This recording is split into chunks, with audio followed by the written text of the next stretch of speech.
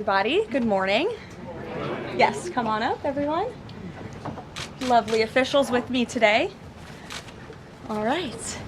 Dr. Carson, come on up. Thank you so much. Good morning and Happy New Year, everybody. It's great to see you. It's great to be with a very packed room. I'm sorry we kept you all very busy over the holiday break. And I know there is a lot of news out there today, both here at home and around the world. I will be happy to take all of your questions on all of that news. But first, I'm really honored to be standing up here today with esteemed members of the President's Cabinet and his health team to make an important announcement with respect to the President's domestic promise to make America healthy again as we kick off the new year.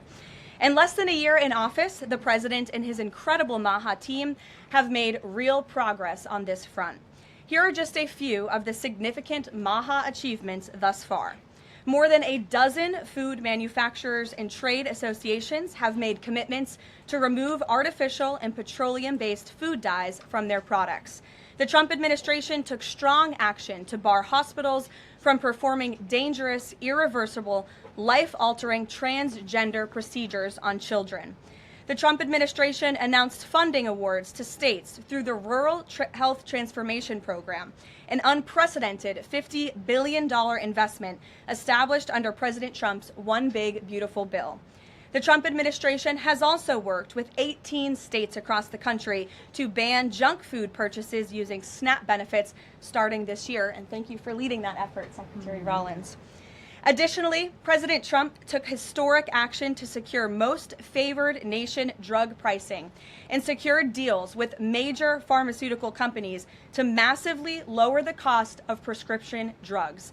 And those effects are being implemented as we speak. Americans are going to continue to see the result of these incredible deals the president cut.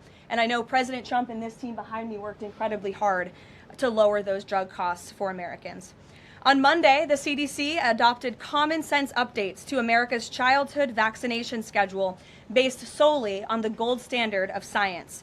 This action empowers parents and physicians to make the best individualized decisions to protect our children, while also restoring much needed confidence in our public health system.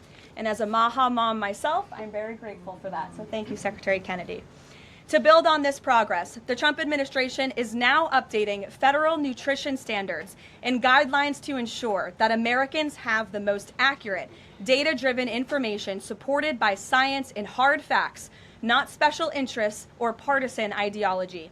President Trump has tasked two of the great individuals behind me, USDA Secretary Rollins and HHS Secretary Kennedy, with collaborating on this vitally important project. And today they are here to officially unveil the 2025 to 2030 Dietary Guidelines for America.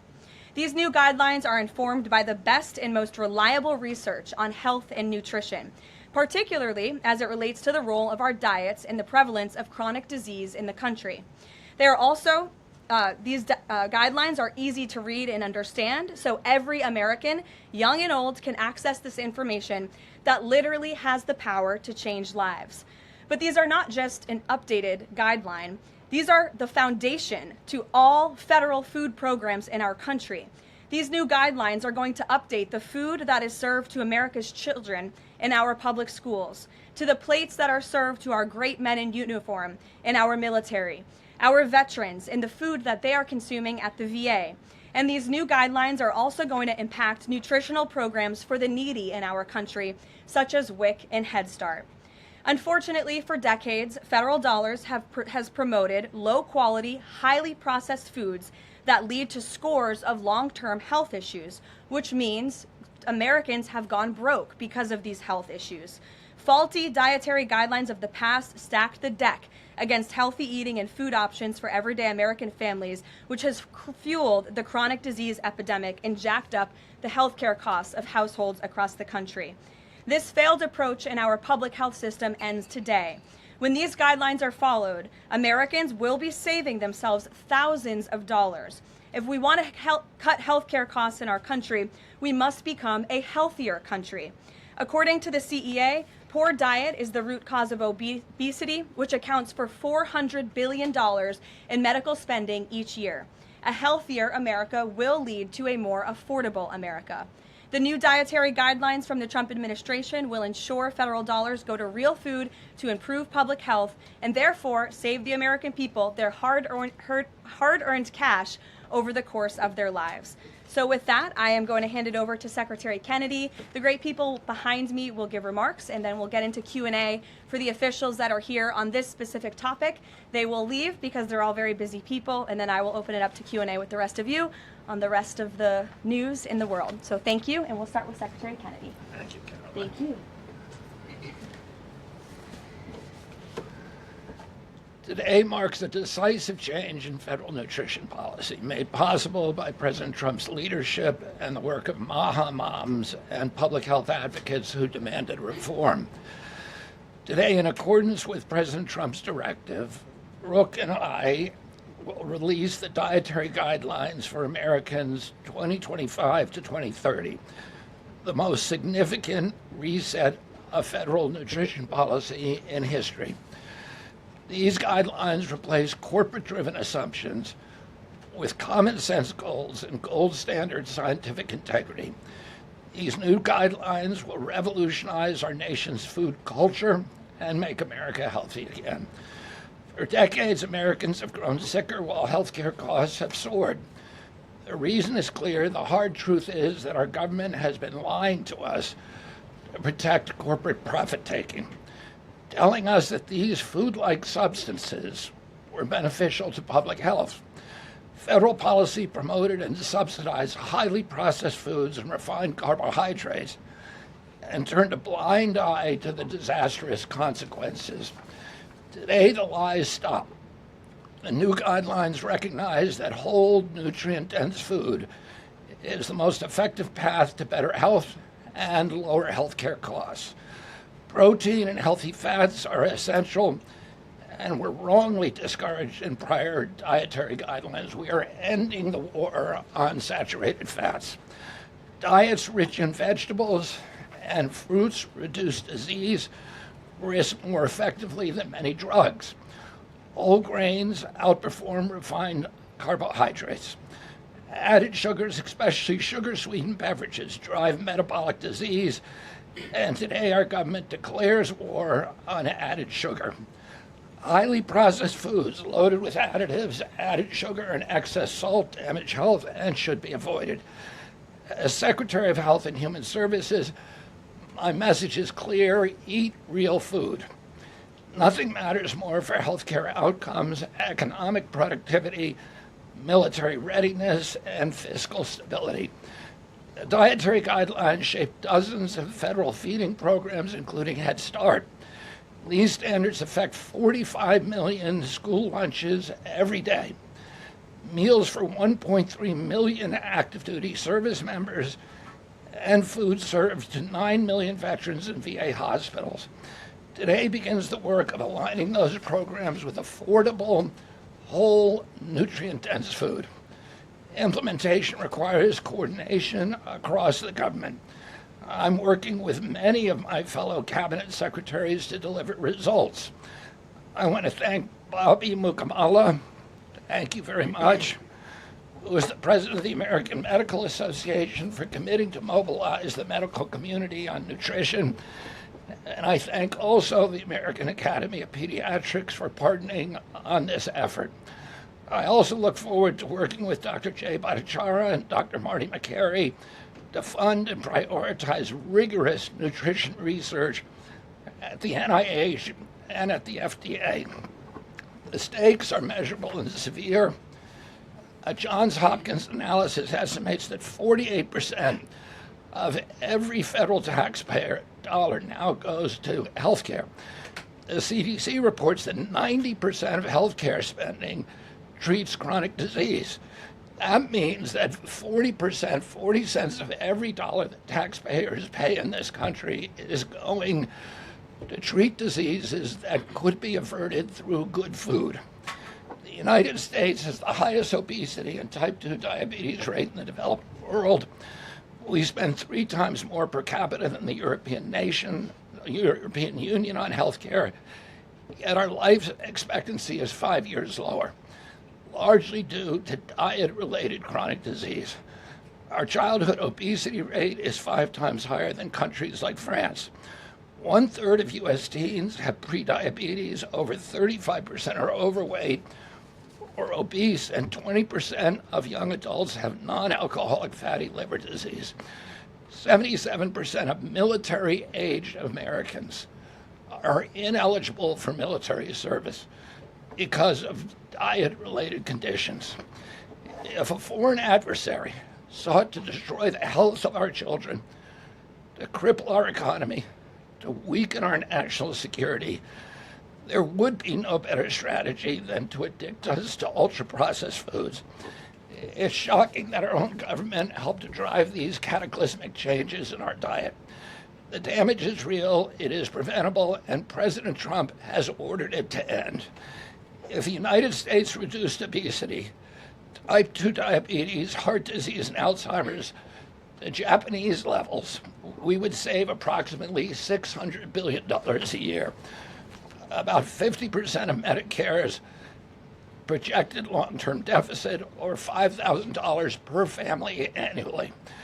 Current policy worsens the problem. 42 million Americans rely on SNAP, where common purchases include sugary drinks, candy, and chips. 78% of SNAP recipients are enrolled in Medicaid, and 90% of Medicaid spending goes to chronic disease. These incentives raise healthcare costs and undermine health. This must change. A new framework centers on protein and healthy fats, vegetables, fruits, and whole grains. And you can see the food pyramid here.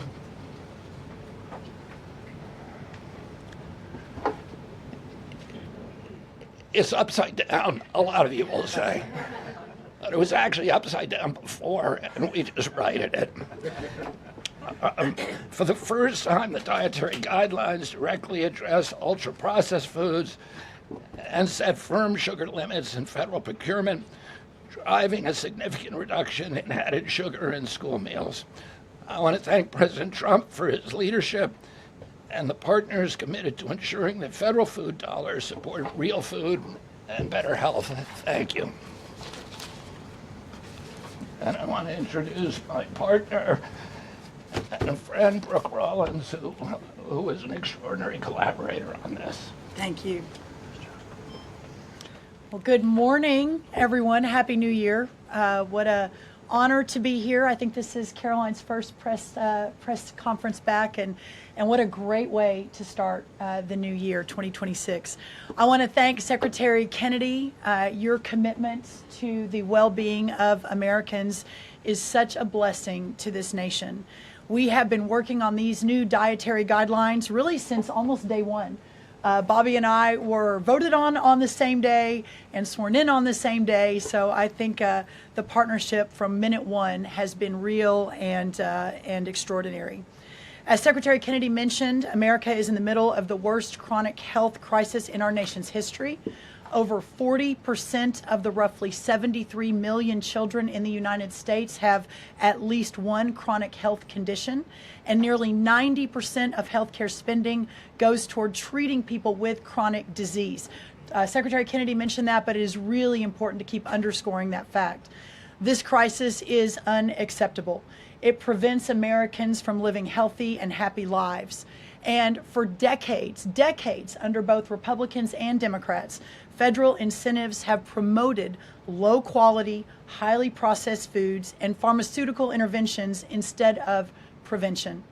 As a result, nutrient-dense whole foods grown by America's farmers and ranchers have been increasingly displaced. The Trump administration is acutely aware of this danger, and today this announcement is making a major step in doing something about it. Thankfully, the solution is simple and should be non-controversial. Eat real food. This is the main message of the new Dietary Guidelines for Americans 2025 to 2030, which encourage households and schools to prioritize whole, nutrient-dense foods. That means more protein, more dairy, more healthy fats, more whole grains, more fruits and vegetables, whether they are fresh, frozen, canned, or dried. We are finally putting real food back at the center of the American diet. real food that nourishes the body, restores health, fuels energy, and builds strength. This pivot also leans into the abundant, affordable, and healthy food supply already available from America's incredible farmers and ranchers. By making milk, raising cattle, and growing wholesome fruits, vegetables, and grains, they hold the key to solving our national health crisis.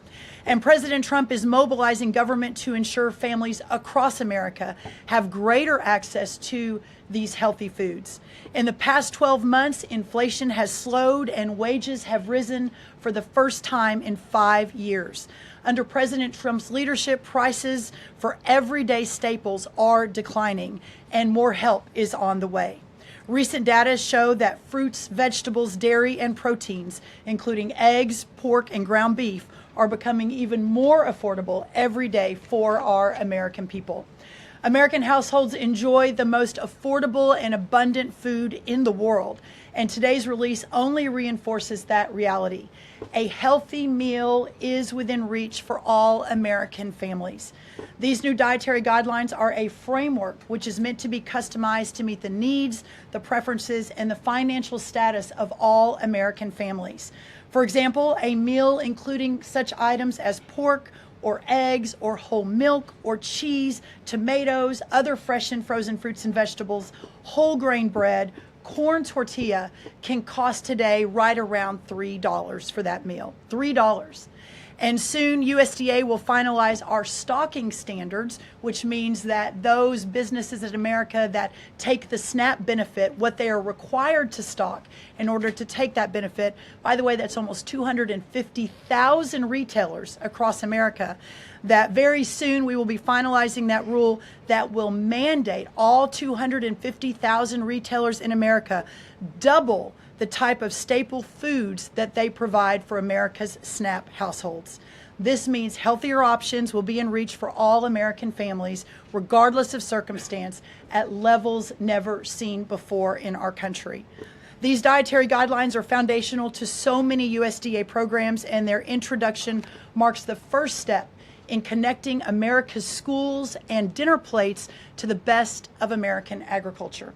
Make no mistake, under President Trump's leadership, we are restoring common sense, we are restoring scientific integrity, and we are restoring accountability to federal food and health policy.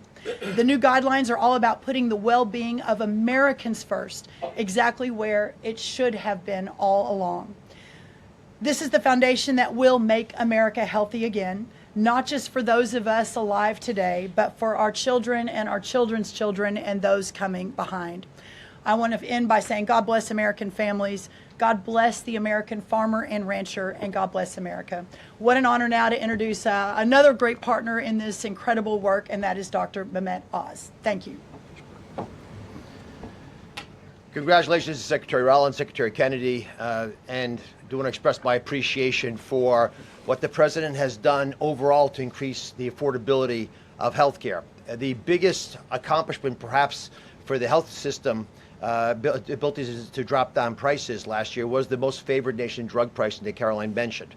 These are incredibly effective at reducing the costs, for example, of what the President calls the fat shot, the Ozempic, GLP-1s category of medications. We dropped them dramatically. But the best way to reduce drug spend in America is to not need the drugs in the first place. What you're hearing today with these dietary guideline adjustments are going to be massively effective, and not just dropping the need for us to buy these weight loss drugs, but buy these expensive drugs for autoimmune problems. We have evidence that food is medicine when it comes to conditions from various mental health issues, from Alzheimer's and depression to fundamental realities of how children learn in school. So the question then becomes, what is this actually going to do in dollars and cents? And I had the group at CMS run some numbers for us to try to give you concrete assessments of how much this will drop the spend that the federal taxpayer must make for Medicare and Medicaid. And I'm more optimistic today than ever that we can address the fast rising rate of healthcare expenses in America because of movements like this. Right now, we're increasing health expenditures in America at roughly twice the rate of the GDP growth. We will correct that if we can get America to be healthier, because you can't be a wealthy nation without being a healthy nation. So 2 numbers for you to remember. The first is $30 billion. Why? 30% of healthcare costs are directly attributable to obesity. I'm not talking about indirect associated expenses, which are also present, but a very conservative number, 30%, are directly attributed to obesity. That's about $300 billion a year for just Medicare, If we were to affect obesity by 10%, which is an incredibly conservative and justifiable assumption that has been borne out in evidence-based dietary experiments and trials, just that alone is $30 billion of reduction of expenses for Medicare rather. That's also obviously correlated with Medicaid reduction in spending. In Medicaid, it's a different opportunity because in Medicaid, we educate children. 53% of children in America are covered by Medicaid or CHIP. And we have programs to teach kids and their parents what to eat, and how to make these dietary guidelines the Secretary Rollins, Secretary Kennedy have crafted with their teams into practice. It will dramatically change the natural history of how children are able to participate in life. But let me give you one last number. If we're able to get the average American, who today retires on average at age 61, get them just to work 1 year longer, because they feel so vital, so strong, so bullish about their future, because they're feeding their bodies nutrients that are essential to their high-functioning productivity, we will increase the overall GDP of our nation by trillions of dollars. So we will reduce healthcare expenses. At the same time, we jazz up the U.S. economy with trillions of dollars created by the productivity of American workers. God bless you both for making the DGA feasible and making it perhaps the wisest investment we could make in our communities.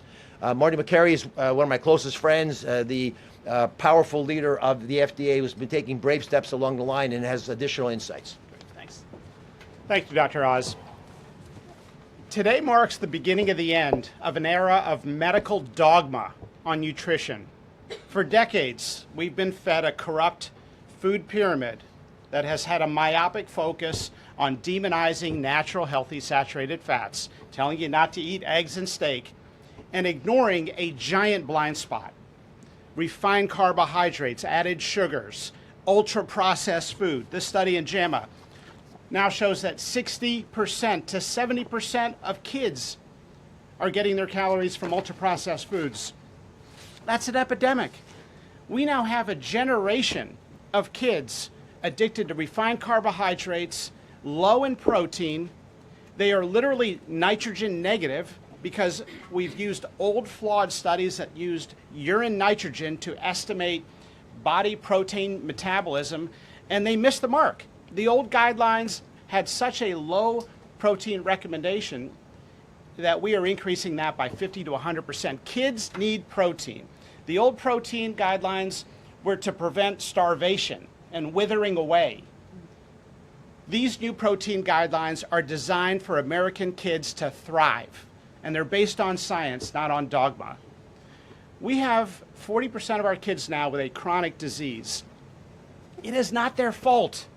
This is something that is the result of bad advice from the government and a medical establishment that for decades peddled research from a flawed 1960s model. Today, we are setting the record straight. This is not a willpower problem of our nation's kids. This is something adults have done to kids, and we're going to fix it. And so, as Dr. Oz said, the best way to lower drug prices is for people to stop taking drugs they don't need. We are going to finally address the root causes of our broken healthcare system: insulin resistance and general body inflammation, advanced by the protein-poor, micronutrient-poor, ultra-processed, refined carbohydrate diet that kids are addicted to today.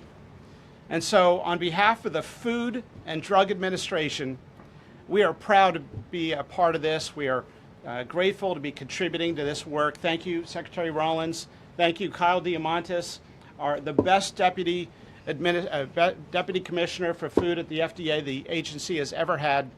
This is a historic day in America. Thank you, Karoline. Doctor, thank you so much. Thank you. I hope everyone's inspired to go eat a salad for lunch after this briefing. If anybody has questions on this topic, we will take a few and then we'll get into the topic. We'll start with our new media seat. If you have a question on this topic today, Jamie Franklin, she comes from the Conservator. Why don't you kick us off? Yeah, first of all, Karoline, congratulations on your pregnancy. We're so excited for you. Thank you. Matt, how moms across the country, including myself, are just so excited by what this administration is doing to make our kids healthy again. But we do have concerns when it comes to these blue states pushing back on a lot of progress that we're making as an administration. And particularly, we're really excited that you guys revised and streamlined this vaccine schedule. However, what we have seen is that these blue states, whether it be no tax on tips, no tax on overtime, or pushing back on immigration, they continue to stop your guys' progress. So what has been the response from these blue states? Because as Maha moms enrolling our kids in school, this is a big issue, and we celebrate what you guys are doing, but we want to have it even in the blue states as well. I mean, my hope is that we only released these earlier, 2 days earlier. I'm sorry. Duck is also high in protein. It's an interesting. Duck is a good thing to eat, everybody. We only released the new vaccine schedule 2 days ago. The vaccine schedule, there's nothing compulsory in it. Everybody, I've always promised, I'm not going to take people's vaccines away from them. People who want to get vaccines, everybody who wants them can get all of the vaccines that were on the old schedule. They will all be paid for by the Vaccines for Children program or for the insurance the same as before. We release guidelines that we think are optimal to public health. They're the same core vaccines that are required by the European community. And those nations all have much better health outcomes than we do. And they're based on their best science and also on their conviction that when you put too many vaccines on the program, it actually reduces compliance. It reduces uptake. And so we want to maximize the uptake of vaccines by making sure that Americans know we are making recommendations that are science-based, that are common sense, that are grounded in science. And right now, that's the best science that we have. And again, there's 3 categories of vaccine. One is the core schedule, which resembles the European countries. The second is for people who have vulnerabilities, for high risk, and that doesn't change at all. And then the third is shared decision making, which any vaccine that was on the old schedule, you can continue to get. So people will make their own choices, and that's what democracy is about. I asked the boss, Karoline, for permission to add a little bit to this because I think it's really important. And by the way, Jamie, what a superstar you are. It's so fun to see you in this seat, Jamie Franklin. The blue state question is a really important one. And for those of us that are running agencies with these programs, I mean, I've talked to a lot of you already about how we have 22 blue states that won't give us their SNAP data so that we can figure out and ensure that those who really need these programs are actually getting these programs. Clearly, you all have been writing about Minnesota. California is next. We're looking at New York, some other states. The amount of fraud in all of these programs is absolutely stunning. And the challenge is, I mean, from Medicaid, et cetera, I know, Dr. Oz, you've talked a lot about that. This is a significant problem. And I think who's really harmed in all of this conversation and when these blue states aren't partnering with us to try to do this right is we say blue states and red states, but in those states, there are all kinds of our citizenry and that aren't all Democrat or aren't all Republican. We had a poll that just came out that had about 85% of all Americans believe that states should turn their data over on SNAP so that we can figure out where the fraud is and ensure these programs are going where they need to go. So my request of these blue states and these blue state governors is partner with us. Let us figure out how to do this better. Let us make sure that whether it's the vaccine schedule or the SNAP program or the Medicaid program or the child care program, that we are doing everything we can to protect every tax dollar, but to also ensure those who need it the most vulnerable in our society, are getting the programs they need versus those who A, are not even supposed to be here, or B, are cheating the system. Jeff. Thanks, Caroline. One of the changes that was made had to do with alcohol.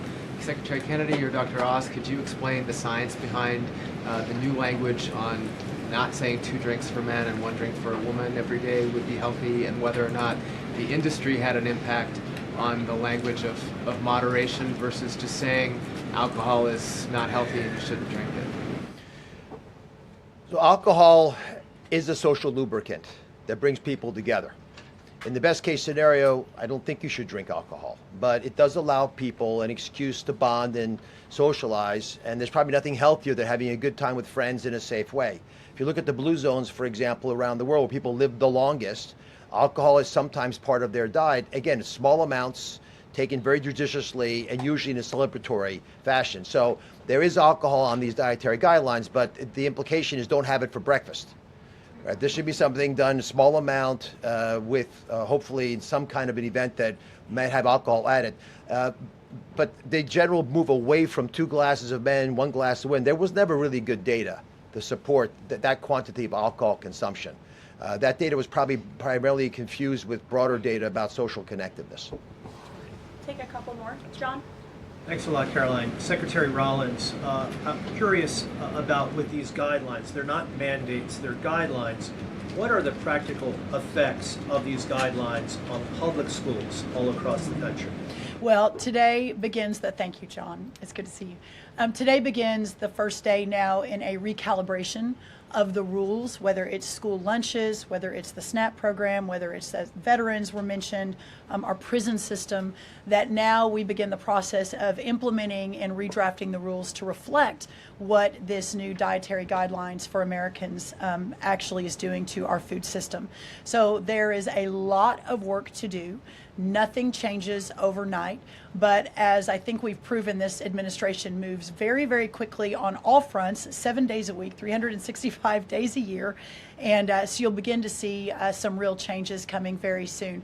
As everyone is aware, for many of our most vulnerable in the margins in our communities, the school lunch is often the best place for our children to get the healthiest meal. Hopefully with stocking standards and reworking SNAP and the SNAP waivers we've done, that begins to change too. But right now, that is going to be the single most important, from my perspective, move forward, is the school lunches and making sure that we're getting the right amount, the best amount, and the most nutrient-dense foods into the schools. Thank you. You also mentioned, Secretary Rollins, cost when you had your remarks a little bit earlier. Is eating healthier more cost effective? Is it cheaper than just having a diet of processed foods? I had a whole chart to show you, but left it in the back, unfortunately, that yes, indeed, that eating healthy, for the most part, we've got 100 simulations, is actually less expensive. The challenge is the access to those healthy foods, especially in parts of America where they have food deserts. They don't have a H-E-B or a Kroger or a Central Market. These are all Texan grocery stores, but whatever similar across the country. But that is why these stocking standards in SNAP are so important. So if you have a economically challenged family, and the only place they're getting their food is the 7-Eleven. We have a longer term important policy priority, and that is getting grocery stores into these lower margin communities.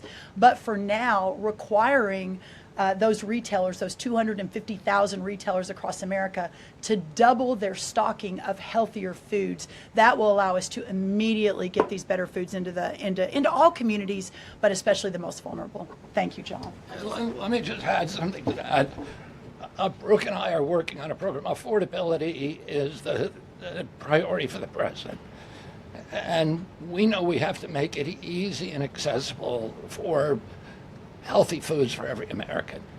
And we believe we can do that. We think affordable food is within reach of every American family. We are working on a education and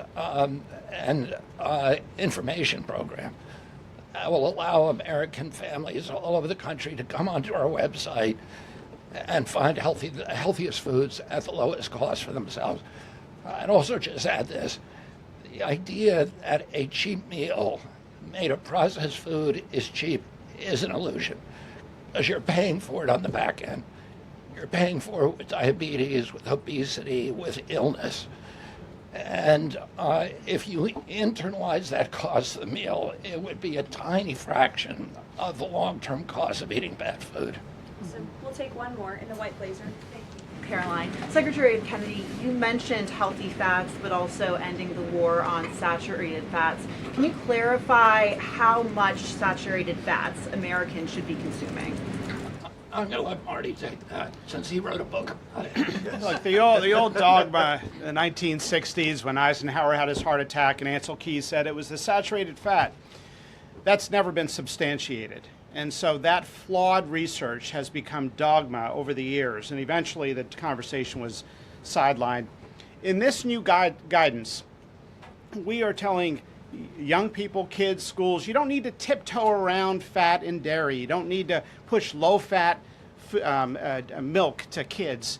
And we are maintaining the 10% of calories as saturated fat in the guidance. The real issue is protein. The fact that 60 to 70% of the calories of kids today in America is ultra-processed food. These are the issues that have become giant blind spots where we're now putting attention. And we hope that there are conversations in every school board in America, in every church and synagogue and house of worship, every home in America will now have conversations. We've got to talk about school lunch programs, not just putting 6-year-olds on Ozempic. Food can be curative. We've got to talk about the microbiome and fiber and healthy whole grains and the good soil that food comes from and the healthy clean waters and good farming techniques. So that's the focus of this guidance. Thank you. Great. Some of you may be wondering why Dr. Carson is here. He is our National Nutrition Advisor working alongside Secretary Kennedy, and he's played a big role in this effort. So I want to thank you so much, Dr. Carson, for being here today. And thank all of you for being here today. I know you're all very busy people, and these people have a lot of questions on things other than diet, I'm sure. So I'm going to get to work, and thank you guys so much for coming. Thanks, everybody. Thank you. Thank you. Okay, thanks. All righty. Great. Does anyone have any questions? Rachel, why don't you start? Thank you, Caroline. The president has been adamant that he is now in charge of Venezuela, but Delcy Rodriguez said the government of Venezuela runs her country, no one else, saying, quote, there's no external agent governing Venezuela. So which one is it? Let me just be very clear. This is the first time that I've addressed Venezuela from the podium since being back and since the historic and incredibly successful military operation, law enforcement operation conducted by our United States military that you all saw and the world witnessed last week. The skill, the might of the United States military and our country under the leadership of this president is on full display to the rest of the world. And let's just set the record straight. There isn't another military in the world who could have pulled off this operation. There is not another president in the world or in our nation's history who had the courage to authorize such a mission. And I think the world has taken notice that America is truly back.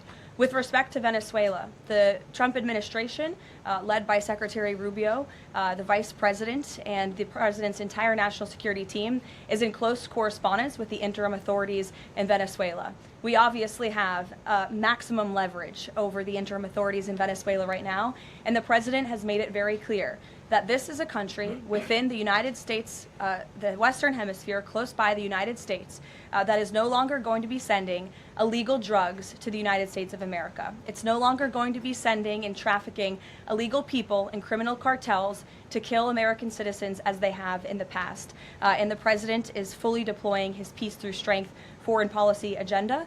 So we're continuing to be in close coordination with the interim authorities, and their decisions are going to continue to be dictated by the United States of America. Just one follow-up when you talk about that leverage there. Has the Venezuelan government fully committed to turning over its oil to the United States indefinitely, and what happens if they do not? Well, as you saw, the president announced last night, this was a deal. This was a deal made by the president and his team with the Venezuelan interim authorities. This will benefit both the American people and the Venezuelan people. And Secretary Wright and the Department of Energy are working with the interim authorities and also with the private oil industry to execute on this historic energy deal. That's not only good for the United States, but it's also going to revive the prosperity, the safety, the security of both the United States and Venezuela as well. Ed. Following up on the oil part of this, 30 to 50 million barrels of oil, how exactly is that going to work? You're getting it out of Venezuela into the United States? Yes. And then what? That's exactly right. So as you know, Ed, as the president announced last night, this was the sanctioned oil that was basically just sitting in barrels, sitting on ships because of the effective quarantine of the United States of America. And the interim authorities have agreed to release that oil to the United States, so it will be arriving here at home very soon. The United States government has already begun marketing Venezuelan crude oil in the global marketplace for the benefit of the United States, engaged the world's leading commodity marketers, key banks to execute and provide financial support for these crude oil and crude product sales. All proceeds from the sale of Venezuelan crude oil and products will first settle in U.S.-controlled accounts at globally recognized banks to guarantee the legitimacy and integrity of the ultimate distribution of proceeds, and those funds will be dispersed for the benefit of the American people and the Venezuelan people at the discretion of the United States government. It sounds like it requires a lot of private sector engagement and agreement And from the oil industry and the banking industry. Do That's you right. have that yet? There's a lot of private sector engagement that's happening right now. As you know, Secretary Wright, our energy secretary who's heading up this big project, is in Florida today meeting with some of these oil executives. And as we confirmed earlier, they will also be at the White House later this week. So they are absolutely eager to invest. They're eager about these opportunities. And Secretary Wright is a very well knowledgeable guy when it comes to oil and energy, and he's the perfect man for the job. Another corner of the world Sure. there, real quick on Go Iran. ahead. Go ahead. So just to follow up on the oil, 30 to 50 million barrels is an initial tranche, if you will, and then what happens after that? What I won't get ahead of the plans that the president and his team are currently speaking with the interim authorities about, but rest assured, there is a long-term plan here. Secretary Rubio and the entire team are working diligently on it, and this is just sort of the first action that you all are seeing. Ed. Thanks, Caroline. So in order to get these oil companies to invest billions in Venezuela, how will the U.S. reassure that their workers will be safe in Venezuela? Could there be troops involved? At this point in time, as you know, there are no troops on the ground in Venezuela.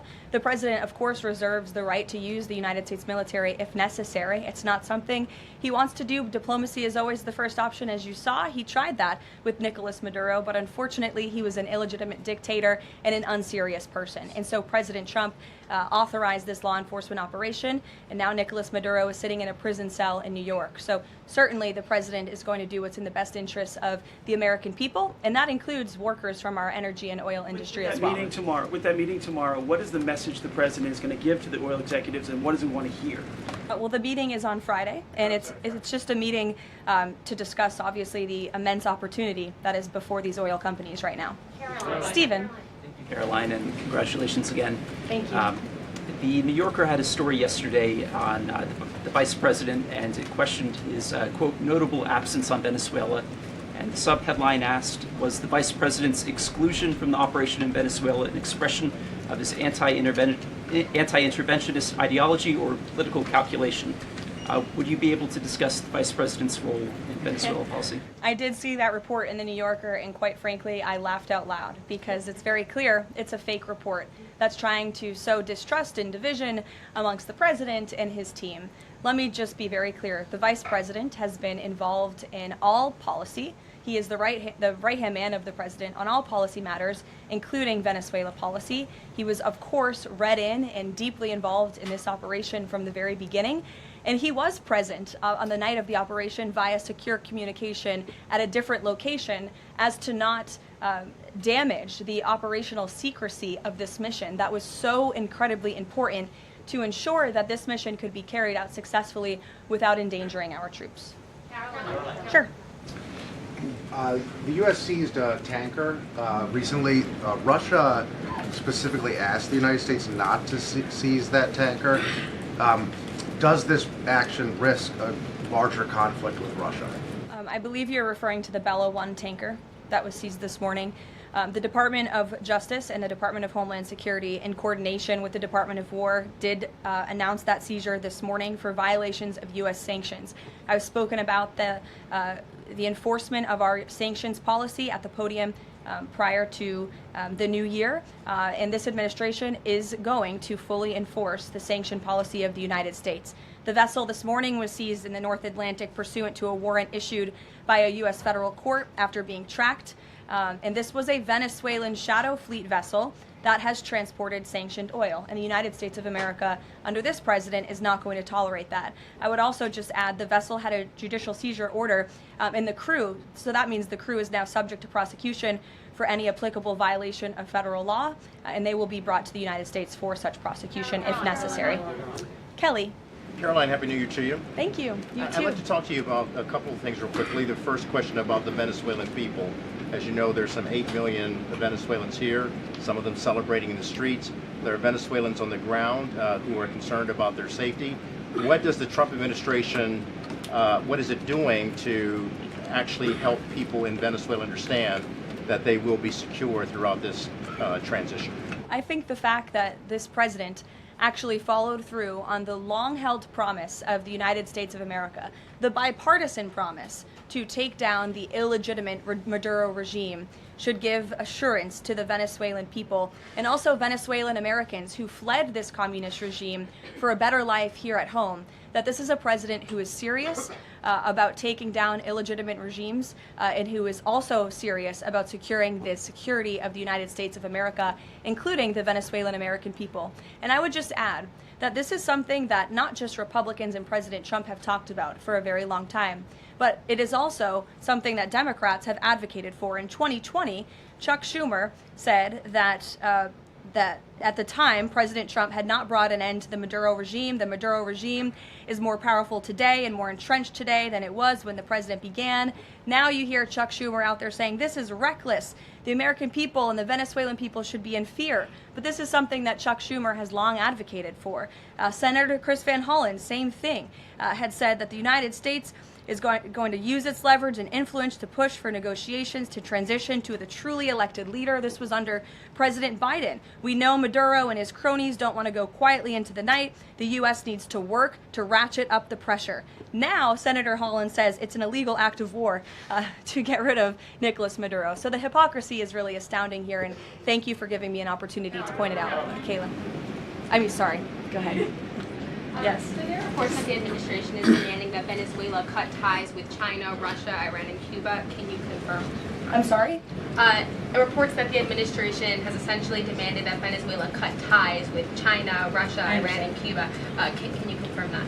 Well, those alleged demands were made in a classified briefing by Secretary Rubio, and I know that there's a lot of leaks coming out of these classified briefings, so I'm not going to confirm or deny or get into what the Secretary has said in classified settings to members of Congress. But I think that the administration has made it quite clear to the interim authorities in Venezuela that this is the Western Hemisphere, and American dominance is going to continue under this president. Caroline, if I could just ask, there have also been reports that the U.S. could potentially buy Greenland as one potential option on the table. What would such an offer look like? Is there anything monetarily you could provide, any details there? Well, that's something that's currently being actively discussed by the president and his national security team. And I would point out that the acquisition of Greenland by the United States is not a new idea. This is something that presidents dating back to the 1800s have said is advantageous for America's national security. The president has been very open and clear with all of you and with the world that he views it in the best interest of the United States to deter Russian and Chinese aggression in the Arctic region. And so that's why his team is currently talking about what a potential purchase would look like. Caroline. Jackie. Thank you, Caroline. Just following up on Greenland, why not rule out taking it by military force? I know that past presidents and past leaders have often ruled things out. They've often been very open about ruling things in and basically broadcasting their foreign policy strategy to the rest of the world, not just to our allies, but most egregiously to our adversaries. That's not something this president does. All options are always on the table for President Trump as he examines what's in the best interests of the United States. But I will just say that the president's first option always has been diplomacy. Again, look at Venezuela.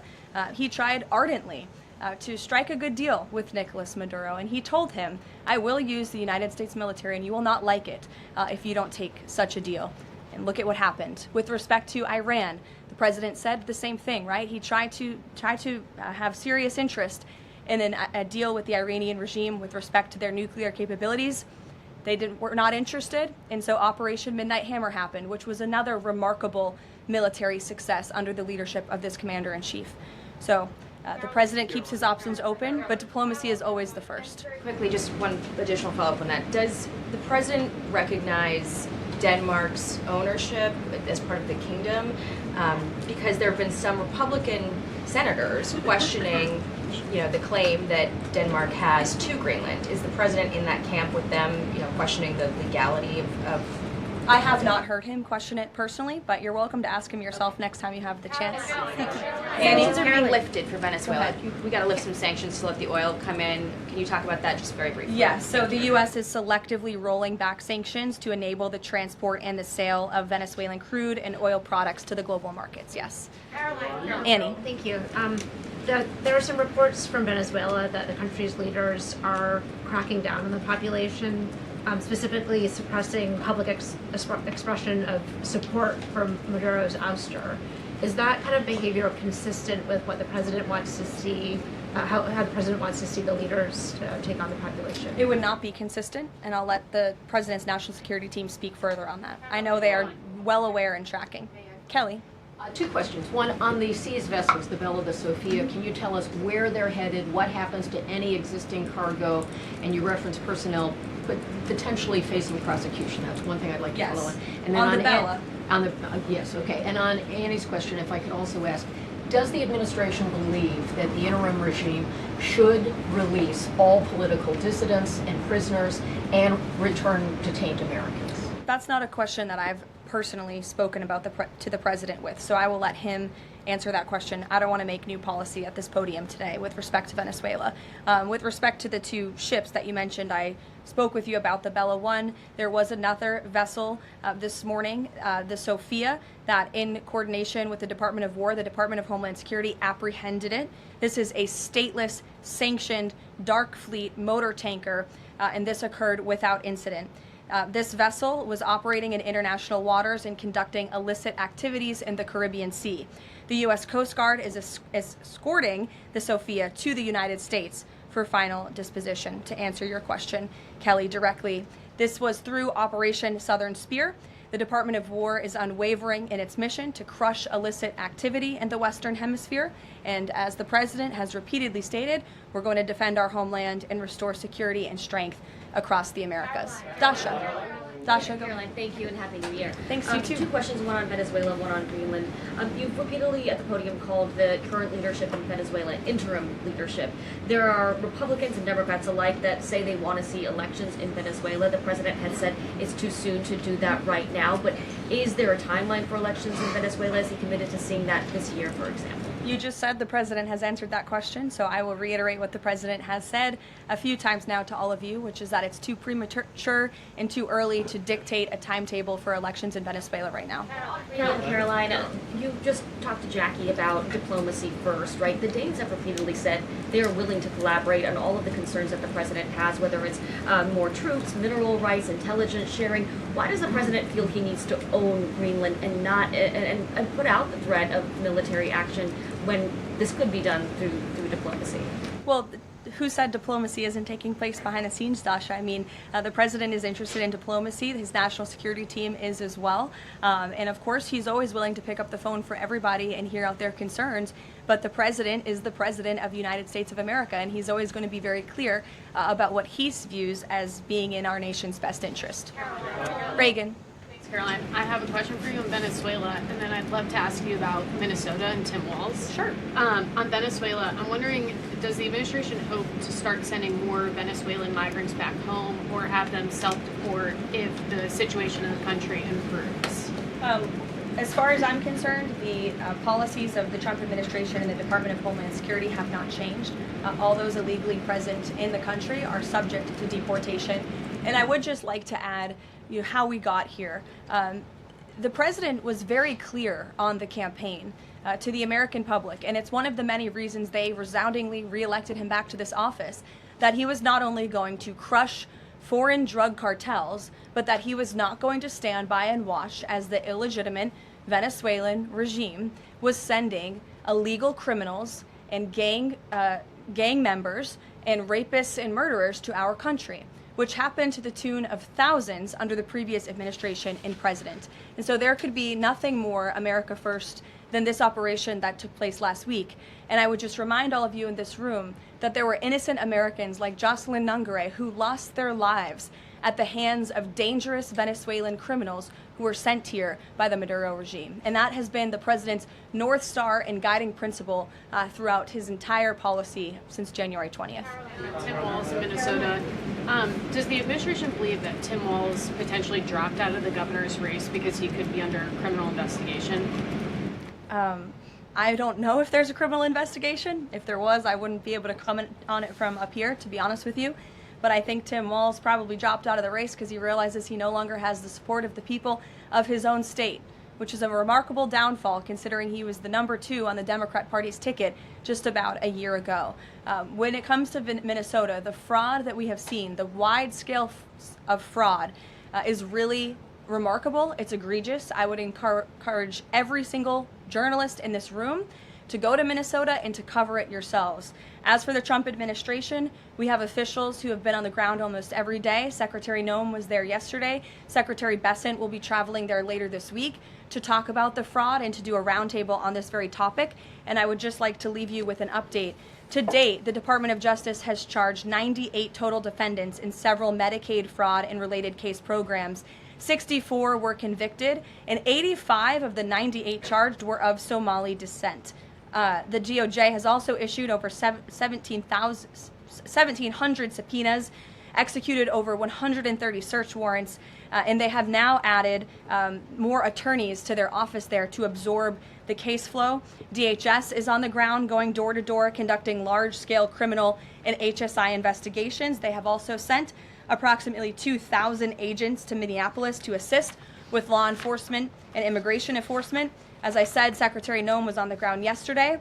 The Department of Health and Human Services has also begun requiring a justification and photo evidence for all child care related payments nationwide, and they required Minnesota to conduct a full audit of all child care centers. They also froze $185 million in funding to Minnesota.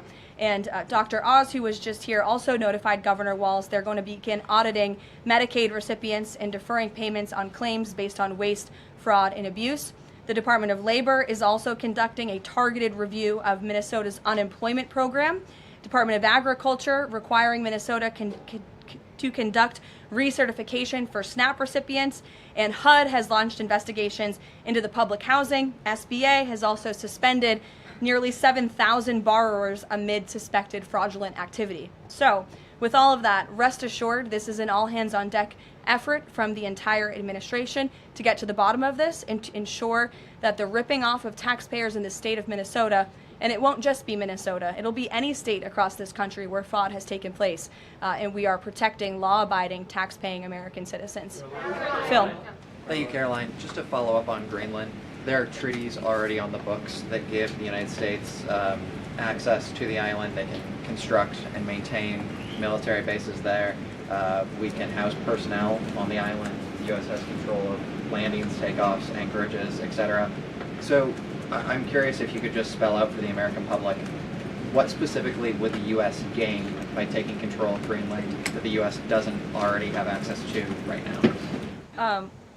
More control over the Arctic region and ensuring that China and Russia and our adversaries cannot continue their aggression in this very important and strategic region. And there would be many other benefits as well that, again, the president and his national security team are currently talking about.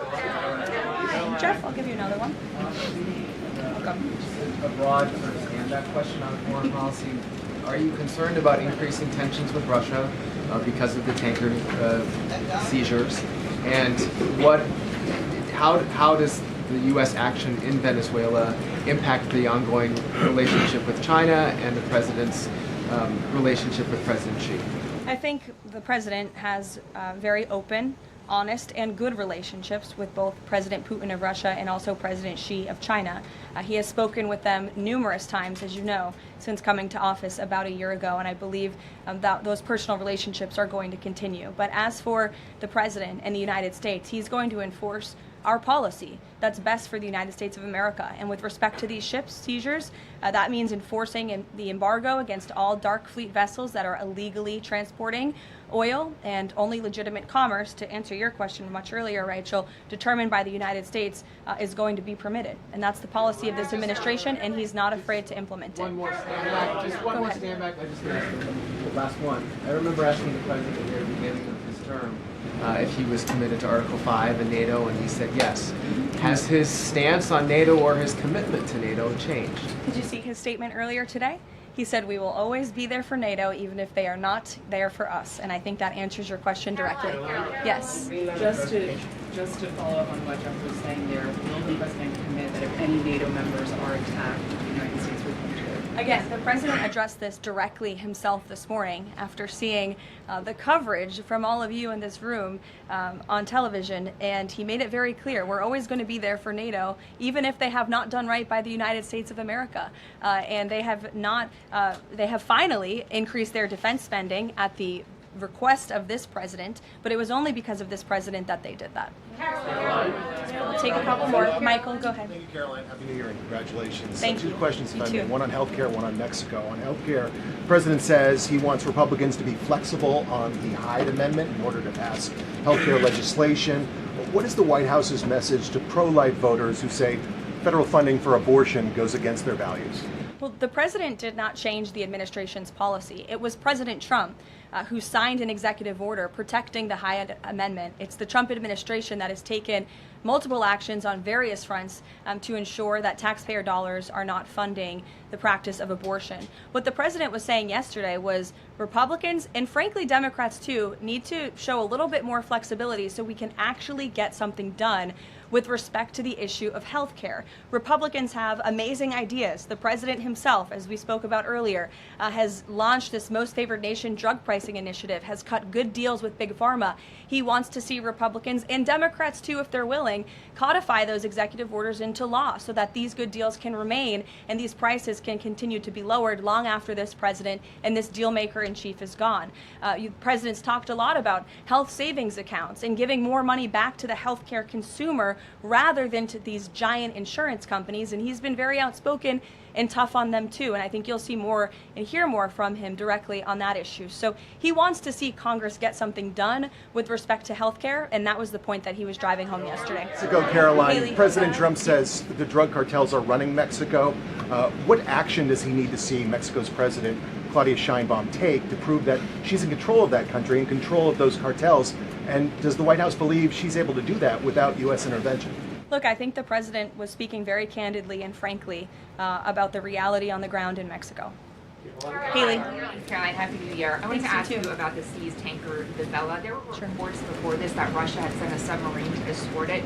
Was there any engagement with that submarine? And then was the deconfliction line with Russia used ahead of boarding that?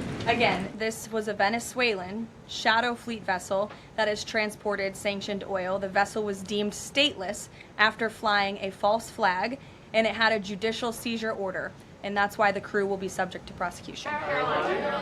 Mary. On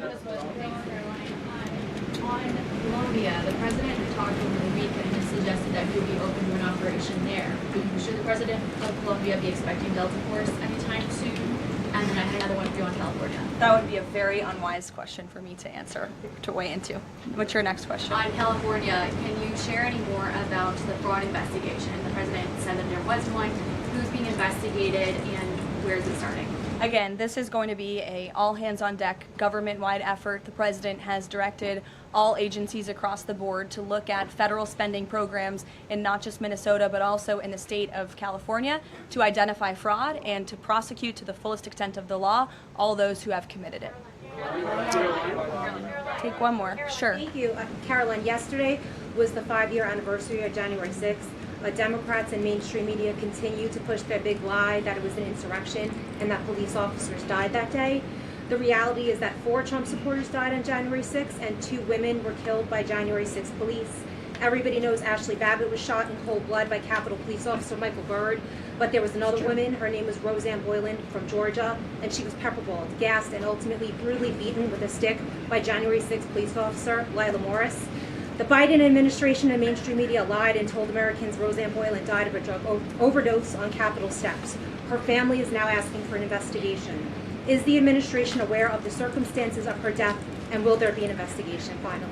Well, for investigation, I will have to defer you to either the FBI or the Department of Justice, and I'm sorry to have to do that. But with respect to all of the facts that you just laid out, the White House relished the opportunity yesterday to actually create a new website to share the facts with the American public, but also all those in this room. We knew the media would be covering January 6th quite a bit because they think it's something that the American people are still believing their lies on. They think it's something that still helps their case against this president.